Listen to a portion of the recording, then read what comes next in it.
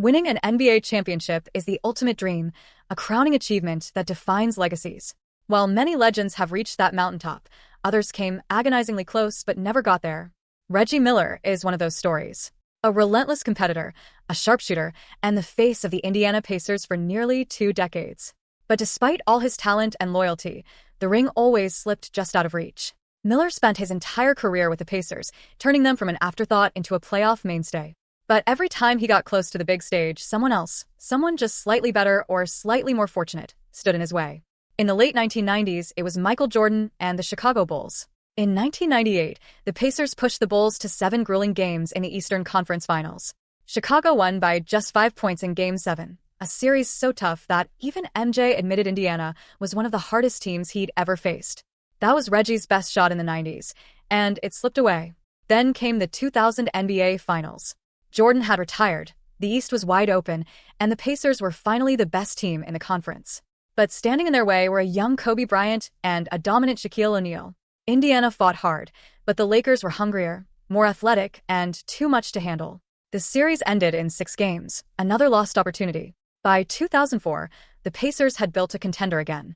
With Jermaine O'Neal, Ron Artest, and Metta World Peace, Indiana was the best team in the NBA during the regular season. And for once, Reggie had the superior roster, the experience, the talent, and the momentum. They were ready. But then came the infamous Malice at the Palace, the most chaotic and destructive night in NBA history. A fight between players and fans in Detroit shattered everything. Artest was suspended for the season. Jackson and O'Neal were hit hard too. Just like that, Indiana's title hopes vanished. And with it, so did Reggie's last chance. He retired after that season. Reggie Miller never left Indiana. He never chased a ring somewhere else. He stayed loyal, fought through every era, and gave everything to one franchise. But the sad truth? He was often the best player on the inferior team. And in the one year he finally wasn't, fate stepped in and tore it all down in a single night. When James Harden entered the NBA in 2009, he wasn't seen as a future MVP or a generational scorer. He was a talented 6th man for the Oklahoma City Thunder, playing behind Kevin Durant and Russell Westbrook. But by 2012, that Thunder team reached the NBA Finals, and it felt like a dynasty was being born. But that future never came. After falling short against LeBron James and the Miami Heat, Harden was traded to the Houston Rockets. That moment marked the beginning of his solo journey, one driven by ambition, loaded with talent, but eventually defined by one word: desperation. In Houston, Harden quickly became a superstar. He transformed into one of the league's most unguardable offensive weapons, a master of isolation, step-back threes, and drawing contact. Year after year, he put up MVP-caliber numbers and carried the Rockets to the playoffs. But every time the lights were brightest, something went wrong. Sometimes it was his own fault, inefficient shooting disappearing in big games. Other times, it was just bad luck. Injuries to teammates. Running into dynasties like the Warriors. In 2018, Harden came the closest he ever would. With Chris Paul by his side, the Rockets were up 3-2 on Golden State in the Western Conference Finals. One win away from the NBA Finals. Then Paul went down. The Rockets missed 27 straight threes in Game 7. The dream died. That loss seemed to break something in Harden. The faith he had in building a title contender the right way, through patience and loyalty, began to erode. He wanted a shortcut to the top. And so began the trades, the drama, and the desperation. He forced his way out of Houston. He joined the Brooklyn Nets, forming a super team with Kevin Durant and Kyrie Irving. On paper, it was unbeatable. But in reality, it fell apart. Injuries, off-court issues, chemistry problems. Within a year, the so-called super team crumbled. Harden was frustrated again. Next stop, Philadelphia. A reunion with Daryl Morey and a chance to play with Joel Embiid. For a brief moment, it looked like this might work. But history repeated itself.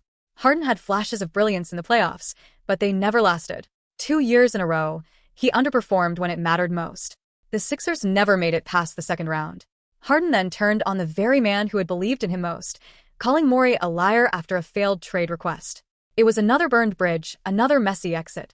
Eventually, he landed with the Los Angeles Clippers, now playing alongside Kawhi Leonard, Paul George, and Russell Westbrook, his 3rd team in 5 years. But this was no longer the MVP version of James Harden. Age had caught up. The explosiveness had faded. And the Clippers, plagued by injuries, were bounced in the first round of the 2024 playoffs. Once again, Harden was left without a title. At every step, Harden chased situations that looked like shortcuts to a ring, but never found the one that worked. In the process, his reputation took a hit. He became the symbol of a superstar who couldn't lead, wouldn't adapt, and always wanted out when things got hard. He's still one of the most gifted scorers the league has ever seen. An MVP, a future Hall of Famer. But desperation has a cost. And for Harden, that cost may be the one thing he's spent his entire career chasing, a championship. There are players who follow systems, and then there are players who are the system. Allen Iverson was never built to fit inside a mold. He wasn't trying to be the perfect teammate or a polished plug-and-play star. He was raw emotion, pure talent, relentless toughness.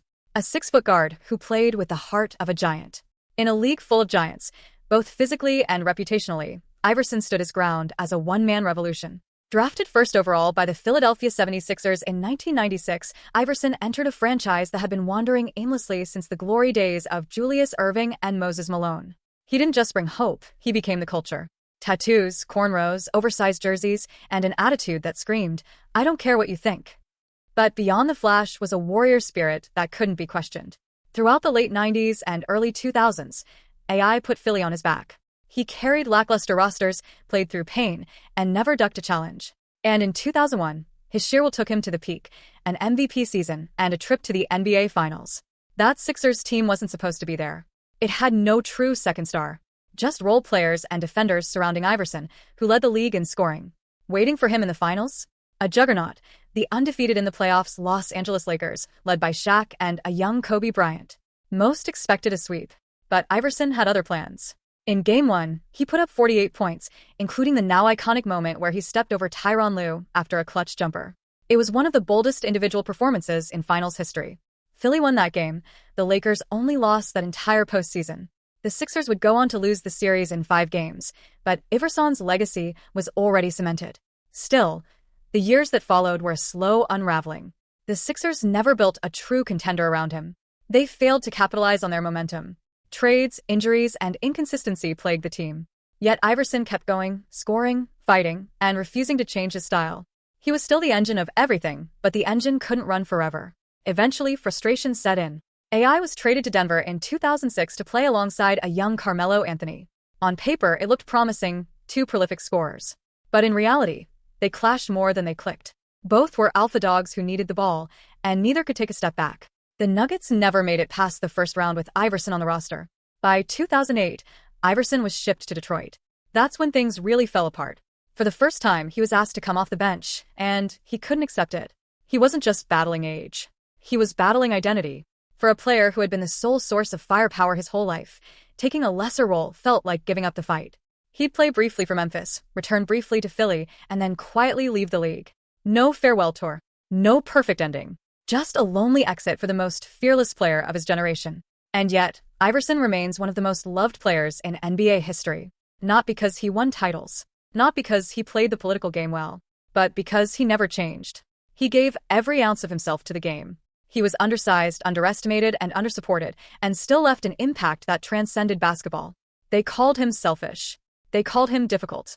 But he gave the sport everything. And in return, all he ever wanted was to win his way. Allen Iverson never got a ring, but he got something rarer. Eternal respect. A lone warrior who may not have conquered the kingdom, but made the entire world feel his presence. In the NBA, talent alone is never enough. Some players are brought down by arrogance. Some by timing. And some, like Carmelo Anthony and Tracy McGrady, are brought down by forces both within and beyond their control. One was consumed by pride and short-sighted choices. The other was cursed by cruel timing and injuries. Both left fans wondering, what if? Let's start with Carmelo Anthony, a player who came to the league in 2003 alongside LeBron James, Dwayne Wade, and Chris Bosh. While those three would go on to win multiple championships, Melo, one of the most gifted scorers of his era, never made it to the NBA Finals. When he entered the league, he immediately made the Denver Nuggets relevant again. Year after year, he put up huge scoring numbers and took the team to the playoffs. But despite all the fireworks, they could never get out of the first round, except in 2009, when they finally reached the Western Conference Finals. They ran into Kobe Bryant's Lakers, and the dream ended there. That was supposed to be the start of something bigger. Instead, Melo got frustrated. He wanted more control, more spotlight, more everything.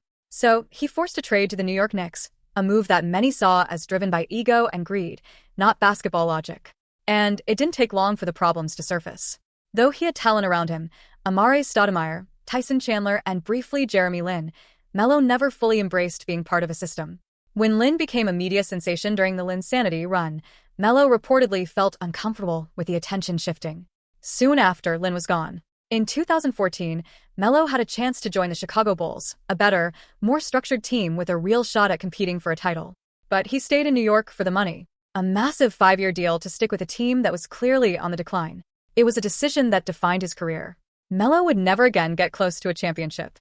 Later, he bounced from Oklahoma City to Houston, then Portland and the Lakers, always trying to reclaim his place as a star. But the league had moved on. He refused to come off the bench for years, clinging to an identity the game had already left behind. And then there's Tracy McGrady, one of the most naturally gifted scorers the league has ever seen. A 6 feet 8 inches wing who could shoot, handle, pass, and fly. At his peak, he was nearly unstoppable. But his career is defined not by greed or poor choices, but misfortune.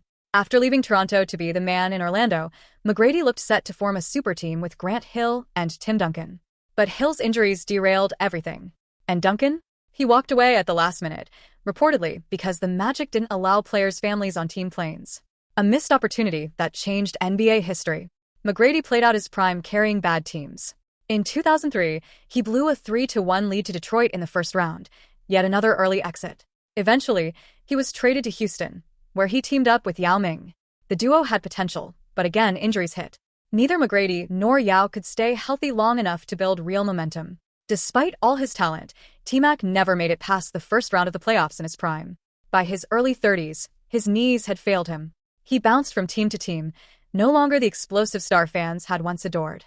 Then in 2013, in the final moments of his career, the San Antonio Spurs signed him ahead of their finals run against the Miami Heat. He didn't play meaningful minutes, but he was there, one win away from a ring. And then, heartbreak. The Ray Allen 3. The missed free throws. The Game's 7 collapse. McGrady came within seconds of a championship and never got one. He retired that offseason. The next year, the Spurs won it all without him. Both Melo and McGrady had Hall of Fame talent, but one let his ego guide his decisions. The other was simply unlucky. Neither adapted. Neither evolved when the game demanded it. And in the end, neither got the one thing that could have cemented their greatness, a championship ring. Their legacies are complicated. McGrady is still beloved, but often remembered more for his potential than his results.